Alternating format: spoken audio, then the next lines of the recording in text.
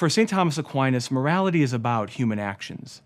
What makes us human is that we are masters of our action.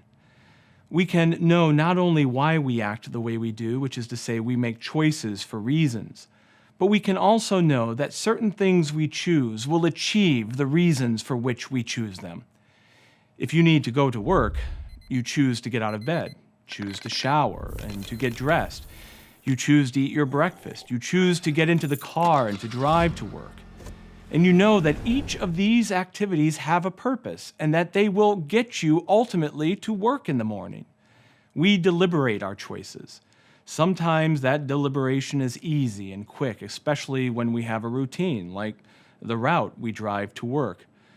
But sometimes a choice is difficult and requires a period of moral deliberation, sometimes intense moral deliberation.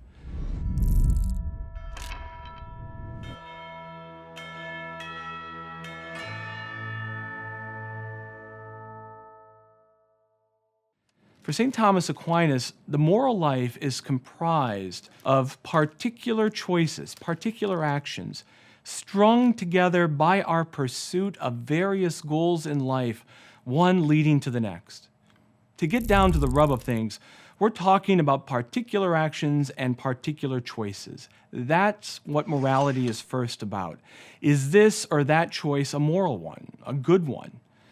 When looking at particular actions, we've taken to speaking as Catholics about what we call the fonts of morality, which is to say the components of every human action. The Catechism of the Catholic Church echoes St. Thomas's teaching on this matter when it says that every human choice has three basic components: the intention, the object, the circumstances. The intention is the very personal reason we're making a choice at all. I intend to quench my thirst. I choose to drink water. I intend to show my love.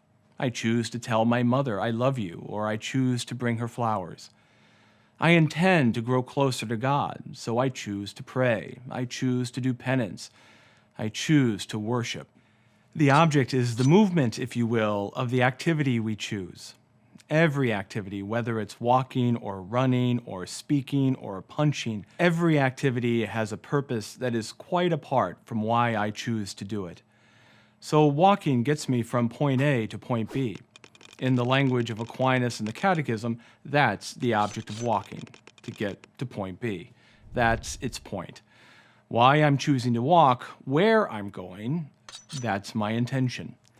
It's very common for people to think that we can't judge an action as good or evil apart from somebody's intention. That's generally true, but not always. The intention certainly can tell why someone chooses to do the thing they do, but there are some choices, some activities whose objects are always evil.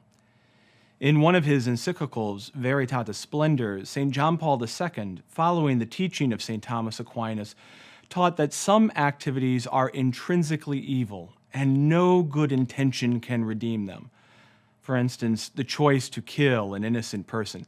There is never a reason to do that. No intention can ever make that good. Circumstances are the who, the where, the how, the when of a choice. Sometimes the morality of an act can change depending on where the act is done. For example, there are ways a husband and a wife relate to each other that are moral in the privacy of their own home that wouldn't be moral in Central Park. Also, the when of a choice may change its morality. For instance, how old somebody is with whom you're interacting. You might choose to challenge or correct children differently when they're 5 from when they're 15. For St. Thomas, any action we choose, any choice, is good and moral if everything about it is good. The intention, why we're doing it, the object, what we're actually doing, and the circumstances. If we intend to deceive somebody, for instance, and we do so while we tell them that we love them, that's immoral.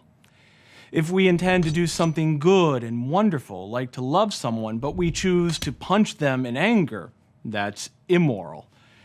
It's immoral because punching someone in anger is not a way to demonstrate the intention of love. While the intention is good, the object, the activity, the punching, is not the proper way to achieve that intention. All of our activities fit into a string of future choices, of further goals and further intentions. But we have to judge each action individually on that string, because the ends never justify the means. We can never do evil, even for good reasons. We can't because choosing evil activities, regardless of intention, does something to us. While the intention is always deeply personal, what we're still choosing, the activity we choose, is still very personal. And though we can be prevented from doing good things by people who are in authority over us, or people who might even persecute us, we can never be forced to do evil.